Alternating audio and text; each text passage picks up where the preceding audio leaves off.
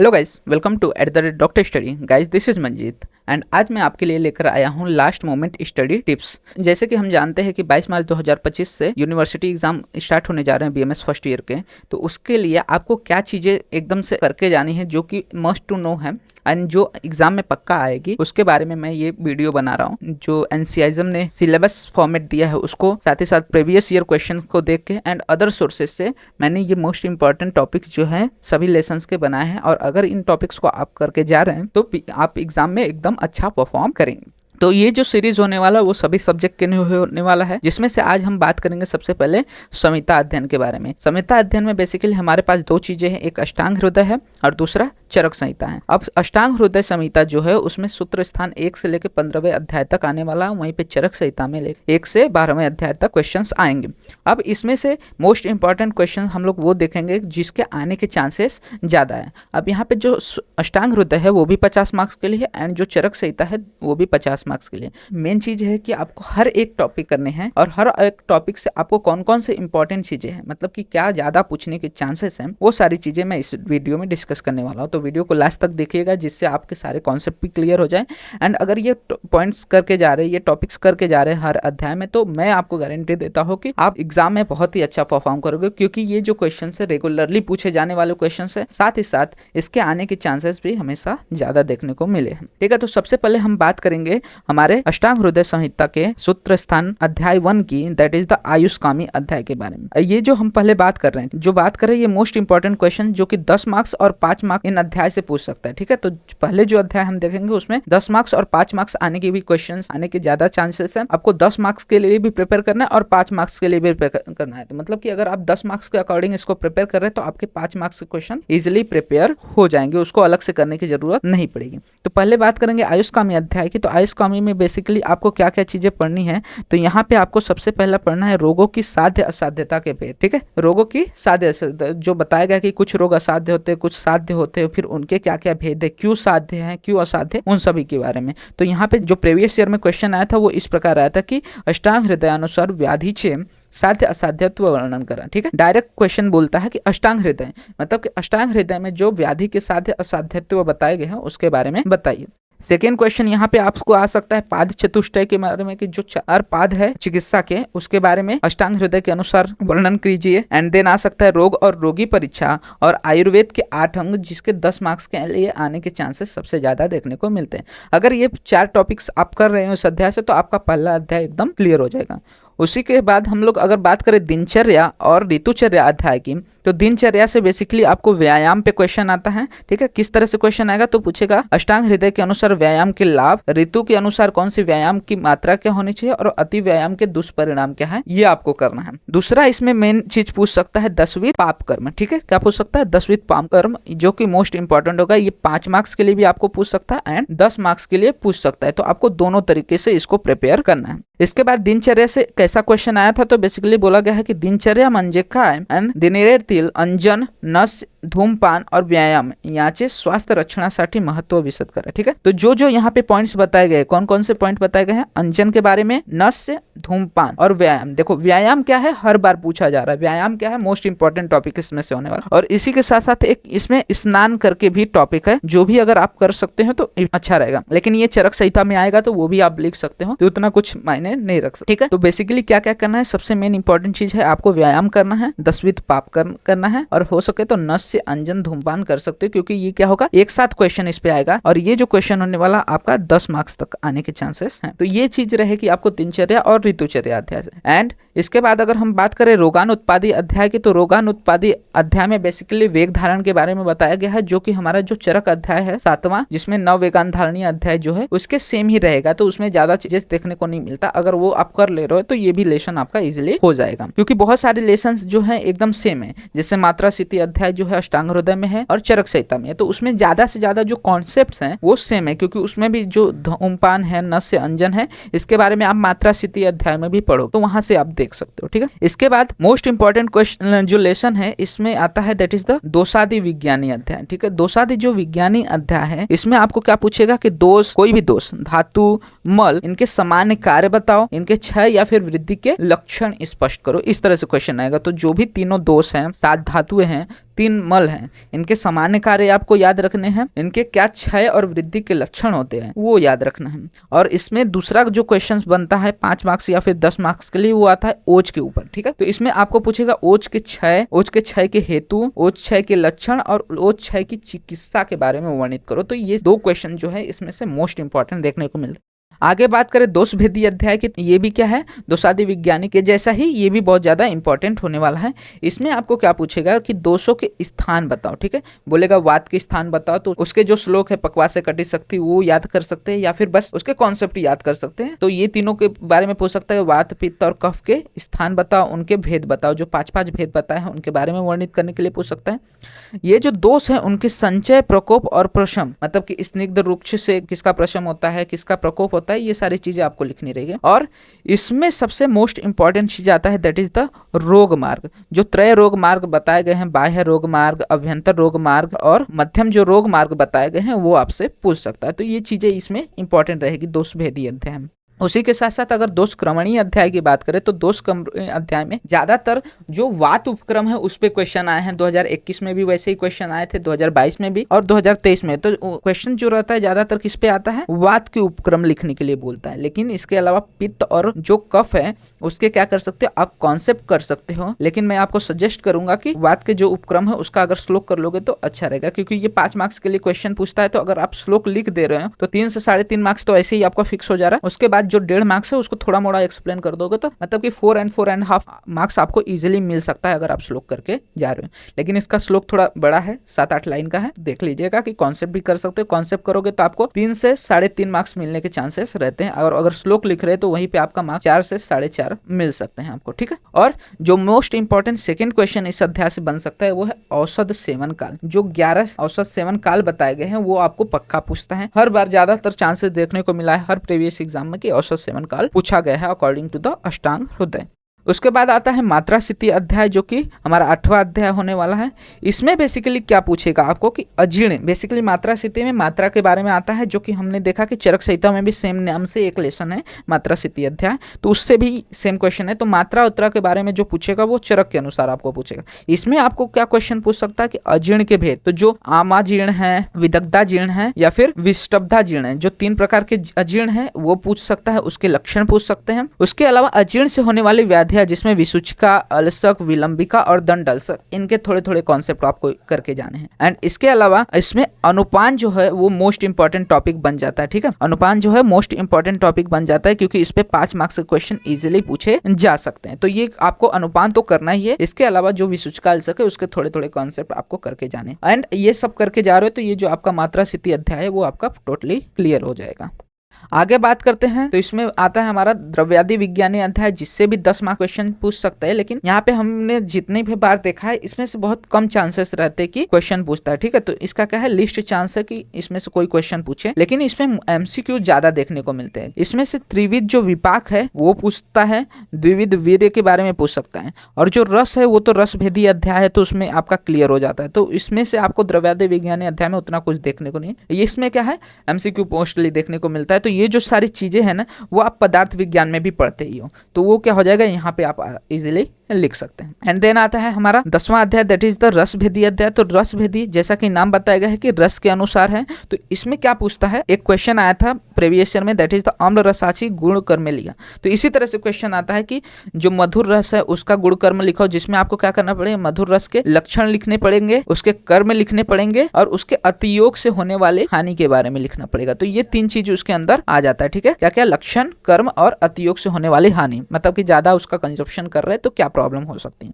और इसके अलावा रस की पंच भौतिक जो उत्पत्ति है, जैसे कि मधुर रस है तो वो किससे, पृथ्वी और जल से बना है। ठीक है, तो इस तरह से क्वेश्चन आएगा कि मधुर रस जो है पृथ्वी जल से, उसी तरह जो अम्ल रस है वो पृथ्वी अग्नि से बना है। तो ये जो पंच भौतिक है उत्पत्ति किसकी, रसों की, वो आपको लिखनी रहेगी। ये भी याद कर सकते हो, ये भी आपके पदार्थ विज्ञान से आता है। तो बेसिकली आप जो अलग अलग सब्जेक्ट पढ़ते हैं ना वही क्या होता है आपके चरक संहिता में या फिर संहिता अध्ययन में आ जाते हैं। इसके बाद 10 मार्क्स और 5 मार्क्स में पूछे जाने वाला जो हमारा अगला चैप्टर है दैट इज द द्विविधोपक्रमणीय अध्याय। इसमें आपको बृहण और लंघन के बारे में देखना है, संतर्पण और अपतर्पण चिकित्सा जो बोला जाता है उसके बारे में। और इसके अलावा सबसे मेन इंपॉर्टेंट जो क्वेश्चन इससे आपको पूछा जा सकता है उसमें आता है लंघन के भेद, जिसमें शोधन में 5 भेद आते हैं और समन में 5 भेद आते हैं। तो अगर इतना चीज कर ले रहे हो आपका बेसिकली 10 मार्क्स के कम से कम 2 क्वेश्चन तो इजीली हो जाएंगे, क्योंकि इसमें से ही क्या होने वाला है 10 मार्क्स के क्वेश्चन आएंगे, तो 20 मार्क्स तो आपका हो गया। उसके अलावा जो 40 मार्क्स का एसक्यू होने वाला है उसमें से आपका इजिली 15 मार्क्स का एसक्यू भी हो जाएगा, मतलब कि आपका 35 मार्क्स जो है इतने ही टॉपिक से हो जाएगा। अब इसके बाद अगर हम बात करें जो 5 मार्क्स के लिए सिर्फ आने वाले अध्याय हैं, ठीक है, जिसमें से सिर्फ 5 मार्क्स के क्वेश्चन बन सकते हैं, उसके बारे में अगर बात करें तो इसमें सबसे पहले आता है द्रव्यादि विज्ञानी अध्याय। तो ये जो द्रव्यादि विज्ञानी अध्याय ये भी बहुत कम पूछा जाने वाला अध्याय, इसमें से भी ज्यादा चीजें नहीं पूछता, बस इस पे एमसीक्यूज ज्यादा देखने को मिलते हैं। जैसे कि आपको पूछ सकता है कि जो 7 वर्ग बताए गए हैं उसमें से कौन से वर्ग में कौन सा जो द्रव्य है श्रेष्ठ होता है। जैसे कि सुग धान्य में रक्तसाली श्रेष्ठ होता है, वैसे सिंबी धान्य में जो मूंग श्रेष्ठ होता है। तो ये सारी चीजें आपको एमसीक्यूज, लेकिन यहाँ पे आपको जो एक 5 मार्क्स के लिए क्वेश्चन आ सकता है वो आता है दैट इज द दधि सेवन के नियम, जो कि बेसिकली पूछने के चांसेस ज्यादा रहते हैं, क्योंकि ये जो नियम है वो आपको चरक संहिता और अष्टांग हृदय दोनों में देखने को मिलते हैं। ठीक है, तो या तो आप चरक संहिता से कर लीजिए या तो अष्टांग हृदय से, दोनों अगर कोई भी क्वेश्चन आता है किसी के भी अकॉर्डिंग अगर पूछ रहा है तो आप सेम चीज लिख सकते हो। ठीक है, तो ये जो है ये आपको करके जाना ही है। कौन सा? दधि सेवन के नियम, कि रात में दधि नहीं लेना चाहिए, यूज के साथ लेना चाहिए, शर्करा आदि के साथ ही दही का सेवन करना चाहिए। ये सारी चीजें जो है आपको पढ़ के जाने। आगे बात करते हैं छठा अध्याय जो आता है अन्न स्वरूप विज्ञानी अध्याय। तो ये भी उतना इंपॉर्टेंस इसका देखने को नहीं मिलता, लेकिन इसमें जो सुख धान्य आदि जो 12 वर्ग बताए गए हैं, 7 वर्ग हमें इसमें देखने को मिलते हैं और 5 वर्ग इसमें देखने को मिलते हैं। तो ये जो 5 वर्ग है किसमें? अन्न स्वरूप विज्ञानी अध्याय में, जिसमें मांस वर्ग, शुक वर्ग, सिंबी वर्ग वो सब आते हैं, वो सब आपको करके जाना है। इसके बाद आता है अन्न रक्षा अध्याय। अन्न रक्षा अध्याय जो है 5 मार्क्स में से मेरे हिसाब से इसमें से आने के चांसेस ज्यादा रहते हैं, जिसमें से आपको क्या क्वेश्चन पूछेगा कि विषदाता जो व्यक्ति है उसकी लक्षण लिखे और सविष अन्न की परीक्षा लिखे। क्या पूछेगा कि जो विषदाता है, जिसने विष मिलाया है, उस व्यक्ति के लक्षण लिखे, मतलब उस व्यक्ति में क्या क्या लक्षण देखने को मिलेंगे। साथ ही साथ बोला इसमें से पूछा जा सकता है कि जो अन्न है, विषाक्त अन्न है, उसकी अग्नि परीक्षा, तो अग्नि परीक्षा पूछ सकता है, या फिर 5 मार्क्स के लिए सिर्फ आपको विषाक्त अन्न की परीक्षा लिख सकता है, जैसे कि पशु के द्वारा कौन सी परीक्षा होती है, भौतिक परीक्षा क्या होती है, अग्नि परीक्षा क्या होती है, ये सारी। और सेकंड जो इसमें से मोस्ट इंपॉर्टेंट क्वेश्चन बनता है वो होता है आपका विरुद्ध आहार। जो 18 प्रकार के विरुद्ध आहार बताए गए हैं, विरुद्ध आहार क्या होता है वो सारी चीजें पूछ सकता है। तो क्या क्या करना है? विषदाता के लक्षण, विषाक्त अन्न की परीक्षा और विरुद्ध आहार, ये जो 3 इंपॉर्टेंट टॉपिक्स है, इसमें से मुझे लग रहा है कि 5 मार्क्स के क्वेश्चन आपको पक्का आ सकता है। और इसके बाद जो लास्ट हमारा अध्याय है दैट इज द 15वां अध्याय हमारे अष्टांग हृदय का, उसमें से शोधनादेश संग्रह जो अध्याय है ये इंपॉर्टेंट उतना हमें देखने को नहीं मिला, क्योंकि इसमें से लिस्ट क्वेश्चन पूछा गया है आज तक। तो प्रीवियस ईयर में जितने भी है उसमें सबसे कम क्वेश्चन जो है मुझे आज तक इसी अध्याय में देखने को मिला है, तो इसको आप स्किप कर सकते हो, एमसीक्यूज पर्पस में इसको देखा जा सकता है। ठीक है, तो ये जो अध्याय होने वाले हैं जो मैंने ऊपर बताया, पहले कौन से है 10 मार्क्स और 5 मार्क्स के अध्याय जो है, ये अगर आप अच्छे से करके जा रहे हो जो भी पॉइंट्स मैंने बताया, तो आपके 35 मार्क्स यहाँ पे फिक्स हो जाते हैं, और इसके बाद 5 मार्क्स आपके एमसीक्यूज समथिंग में रहेंगे। और ये जो 5-5 मार्क्स के जो अध्याय है इसमें से अगर दधि सेवन करके जा रहे हैं तो ये इंपॉर्टेंट हो जाएगा, और दूसरा जो है इसमें से ये अध्याय अन्न रक्षा अध्याय अगर कर ले रहे हो तो आपका 5 मार्क्स यहाँ पे सिक्योर हो जाएगा। तो इस तरह से सब मिला के आपका 50 मार्क्स यहाँ से सिक्योर हो जाएगा। ठीक है, तो ये सारी चीजें आपको अष्टांग हृदय में करना है। उसी तरह अगर हम चरक संहिता की बात करें तो चरक संहिता में सबसे पहले हम बात करते हैं जिसमें से 10 मार्क्स या फिर 5 मार्क्स के क्वेश्चन पूछे जा सकते हैं। तो इसमें सबसे पहले आता है दैट इज द दीर्घम जीवती अध्याय। अब जो दीर्घम जीवती अध्याय है मैं आपको सजेस्ट करूंगा कि मोस्ट ऑफ द, मतलब मान के चलो कि 20 मार्क्स के क्वेश्चन तो इसी अध्याय से आपके आ जाते हैं। ठीक है, पूरे 50 में से 15 से 20 मार्क्स के क्वेश्चन आपके इसी अध्याय से बन जाते हैं। तो इस अध्याय को जितनी अच्छे से हो सके उतने अच्छे से करना है। वैसे तो ये फर्स्ट अध्याय रहता है तो सभी बच्चे क्या करते हैं, इसको अच्छे से ही पढ़ते हैं, लेकिन मैं आपको सजेस्ट करूंगा कि ये अध्याय आपका एकदम थरो होना चाहिए। इसके बाद दूसरा जो अध्याय है जिसमें से 10 मार्क्स या 5 मार्क्स के क्वेश्चन आ सकते हैं वो है हमारा चरक संहिता का 5वां अध्याय दैट इज द मात्रा स्थिति अध्याय।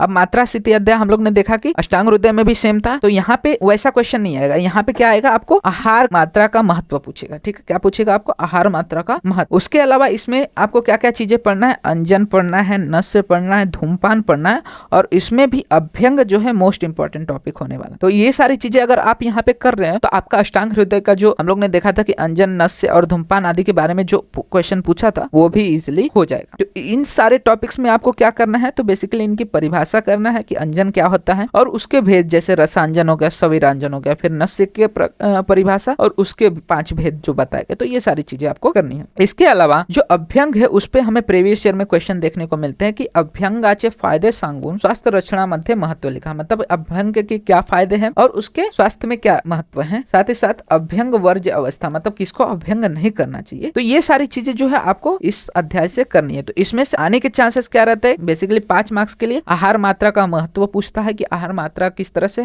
करनी चाहिए और आहार मात्रा का निर्धारण किस प्रकार करते हैं, और उसके अलावा ये जो टॉपिक्स है इसको 5 मार्क्स के लिए पूछ सकता है। तो ज्यादातर चांसेस इसके 10 मार्क्स के लिए हो सकते हैं या फिर 5 मार्क्स के लिए, और ये सारे जो टॉपिक्स है ये आपके 5 मार्क्स के देखने को मिल सकते हैं। तो ये आपको करके जाना है।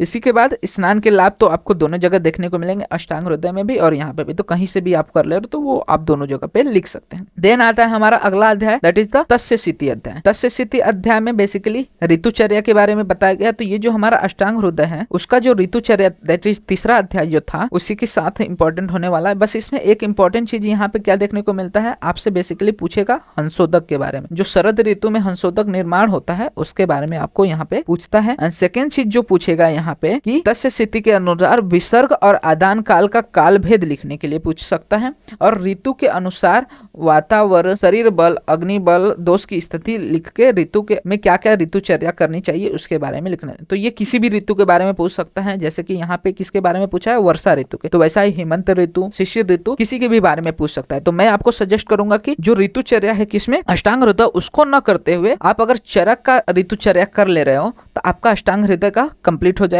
आप यही चीजें सेम क्या कर सकते, जो अष्टांग हृदय है उसमें भी लिख सकते हैं। देन आता है 7वां अध्याय, नववेगान धारणीय अध्याय, जिससे आपको क्वेश्चन पूछेगा 5 या 10 मार्क्स के लिए। तो इसमें से अगर ये लेसन आप कर रहे हो तो आपका जो अष्टांग हृदय है उसका चौथा अध्याय, दैट इज द रोगान उत्पादीय अध्याय, वो हो जाएगा। तो इसमें आपको वेगों के बारे में पूछ सकता है कि धारणीय वेग या फिर अधारणीय वेग के बारे में बताइए, उनके नाम लिखिए। जो 14 प्रकार के 13 प्रकार के धारणीय अधारणीय वेग है उसके बारे में सबका नाम लिखने के लिए पहले बोल देगा, और उसके बाद कुछ इंपॉर्टेंट जैसे कि छौथु, मूत्र, छर्दी, शुक्र, इन वेगों के बारे में धारण करने से क्या क्या लक्षण उत्पन्न होते हैं, क्या क्या रोग उत्पन्न होते हैं और उसकी चिकित्सा किस प्रकार करनी चाहिए, वैसे ही क्वेश्चन हर बार पूछता है। जैसे कि यहाँ पे भी आया है कि वेग की परिभाषा लिखना है, फिर पुरुष, अधो, वायु, मूत्र, शुक्र, इनके धारण के होने वाले लक्षण और उसकी चिकित्सा लिखना है। तो सेम क्वेश्चन ही बनते हैं।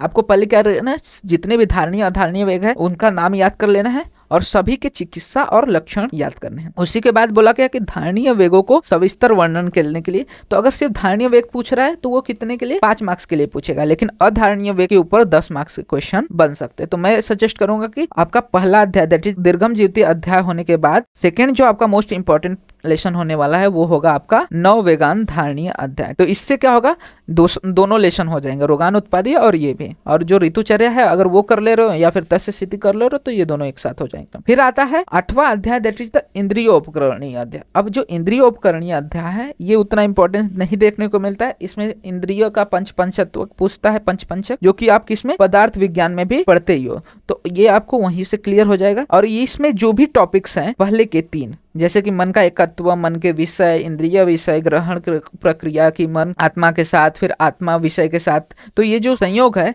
उससे क्या होता है, विषय ग्रहण होता है, फिर इंद्रिय पंचपंचक, ये सारी चीजें आप पदार्थ विज्ञान में पढ़ते हो तो वहां से आपका क्लियर हो जाएगा।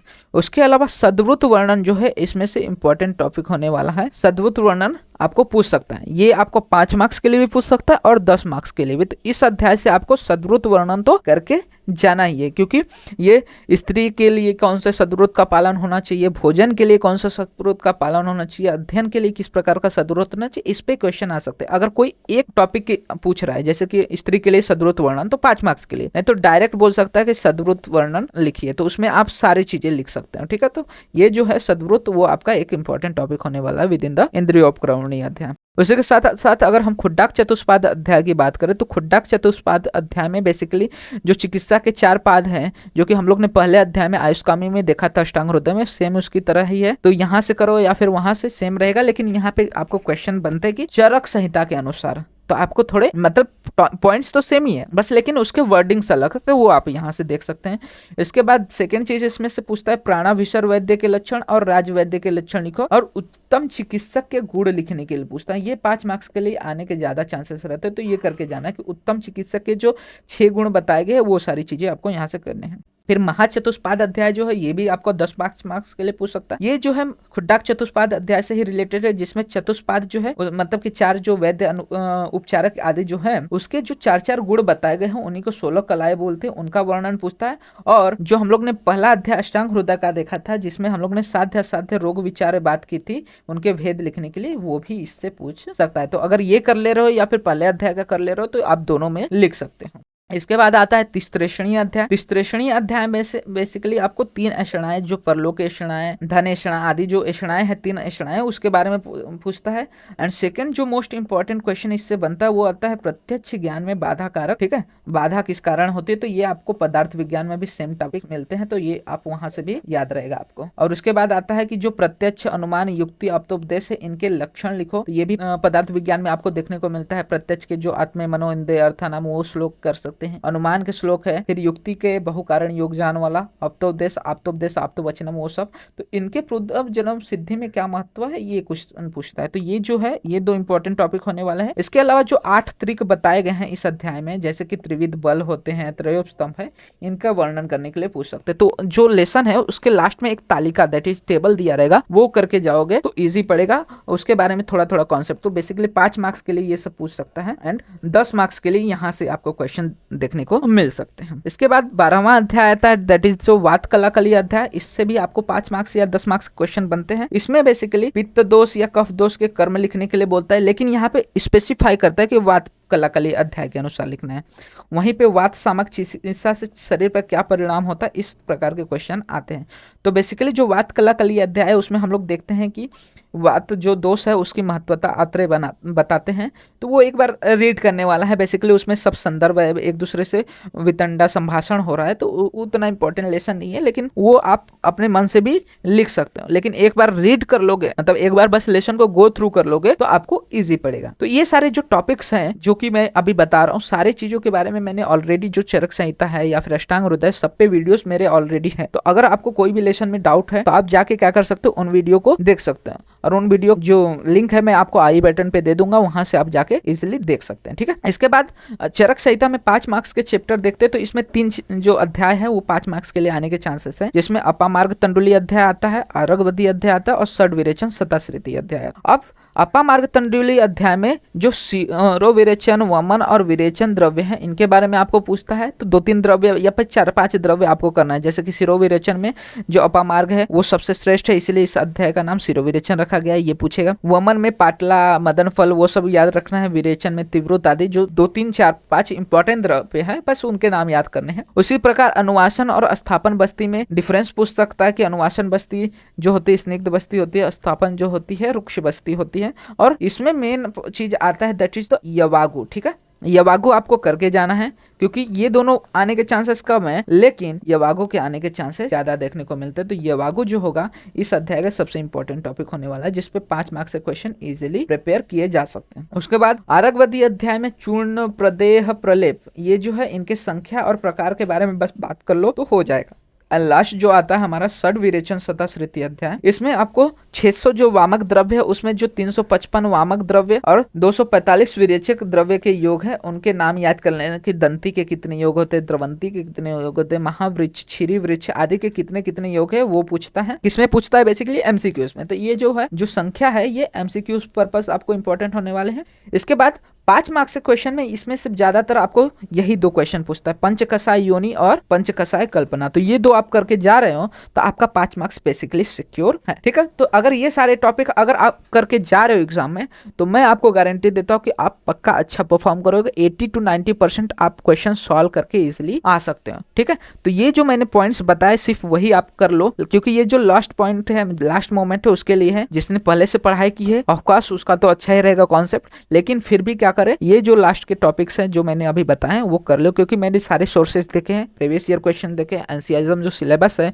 उसको एनालाइज किया है, और ये जो इंपॉर्टेंट टॉपिक्स हैं वो मुझे लगे तो उसके अकॉर्डिंग मैंने आपको बता दिया। ठीक है, सो होप आपको सारी चीजें समझ गई होगी। आपको सारे वीडियोस मेरे चैनल पे मिल जाएंगे, चरक संहिता रिलेटेड, अष्टांग हृदय रिलेटेड। मैं ये नहीं सजेस्ट करूंगा कि अभी लास्ट मोमेंट पे आप जाके वीडियोस देखें, जितना हो सके सेल्फ स्टडी करने की कोशिश करें। जो लेसन्स के कॉन्सेप्ट क्लियर नहीं हो पा रहे उसका मैं सजेस्ट करूंगा कि आप वीडियोस जरूर जरूर देखें, जिससे आपके कॉन्सेप्ट क्या हो जाएंगे, क्लियर हो जाएंगे, क्योंकि कुछ कुछ ऐसे वर्डिंग्स रहते हैं अध्याय में जो कि आपको बिल्कुल समझ में नहीं आते, तो वो सारी चीजें मैंने ऑलरेडी पढ़ा के रखी है, आपके क्लियर हो जाए। ठीक है, तो आपको ऑल द बेस्ट आपके एग्जाम के लिए। होप आपका एग्जाम अच्छा जाए एंड ट्राई कीजिएगा कि पूरे से पूरे क्वेश्चंस को अटेम्प्ट करना है। ठीक है, तो मोस्ट इंपॉर्टेंट चीज क्या होने वाला है आपका पेपर में कि आप जितने भी क्वेश्चंस हैं सबको क्या करना है, अटेम्प्ट करना है। ठीक है, कोई भी क्वेश्चन आपको छोड़ के नहीं आना, एक भी लीव नहीं करना है, और आपका स्पीड जो होना चाहिए पूरे पेपर में एकदम रेगुलर होना चाहिए। ऐसा ना कि शुरू में धीरे धीरे लिखे बाद में स्पीड बढ़ाने की कोशिश करो, तो इससे क्या होता है आपकी हैंडराइटिंग बिगड़ती है, साथ ही साथ गलत इंप्रेशन भी पड़ता है और पेपर छूटने के भी चांसेस रहते हैं। इसलिए शुरू से ही क्या करें, स्पीड अच्छे रखें, अच्छे से मेंटेन करके रखें, और ट्राई कीजिए कि जो भी चीजें आप अटेम्प्ट कर रहे हैं एकदम सही से अटेम्प्ट कर रहे हैं। लेकिन मोस्ट इंपॉर्टेंट क्या, अटेम्प्ट, क्योंकि अटेम्प्ट करने के मार्क्स वहां पे आपको रहते हैं, तो अटेम्प्ट करना जरूरी है। अगर अटेम्प्ट नहीं कर रहे हो तो आपके डायरेक्ट मार्क्स जाएंगे, लेकिन अटेम्प्ट कर रहे हो तो उस पर जो एग्जामिनर है जो चेक कर रहा है वो आपको 1 से 2 मार्क्स दे सकता है। ठीक है, और कम से कम 5 मार्क्स के लिए मैं सजेस्ट करूंगा 1.5 पेज मिनिमम लिखना है, और वहीं पे 10 मार्क्स हैं तो आपको 3 पेज तो मिनिमम लिखना ही है। ऊपर लिख सकते हैं आप, लेकिन वो भी आपको ध्यान देना कि टाइम कम है तो उसके अकॉर्डिंग ही आपको एक्ट करना है। अगर आपकी स्पीड अच्छी है तो 3 पेज के ऊपर जाइए, अगर स्पीड ठीक ठाक नहीं है उतनी, तो आपको मैं सजेस्ट करूंगा कि 3 पेज लिखिए, क्योंकि क्या होगा, मार्क्स तो ज्यादा देने वाला नहीं, 10 की जगह 15 मार्क्स आपको नहीं देने वाला, तो आप क्या करें, जितना जरूरत है उतना ही लिखें। ठीक है, so all the best, and आगे भी इसी तरह के जो सीरीज है आते रहेंगे, जिसमें मैं आपको जो भी इंपॉर्टेंट पॉइंट्स है सभी सब्जेक्ट रिलेटेड वो मैं बता दूंगा। तो आप चैनल को सब्सक्राइब कर सकते हैं, जिससे आपको वो सारे वीडियोस के नोटिफिकेशन मिल सके। एंड साथ ही साथ आप हमारे इंस्टाग्राम एंड टेलीग्राम हैंडल्स को भी फॉलो कर सकते हैं, जहां पे आपको बीएमएस रिलेटेड जो भी न्यूज अपडेट्स रहते हैं, साथ ही साथ मटेरियल नोट्स रहते हैं, वो सारी चीजें आपको प्रोवाइड हो जाती हैं। एंड वीडियो अच्छा लगा हो तो वीडियो को लाइक एंड शेयर करना मत भूलिएगा।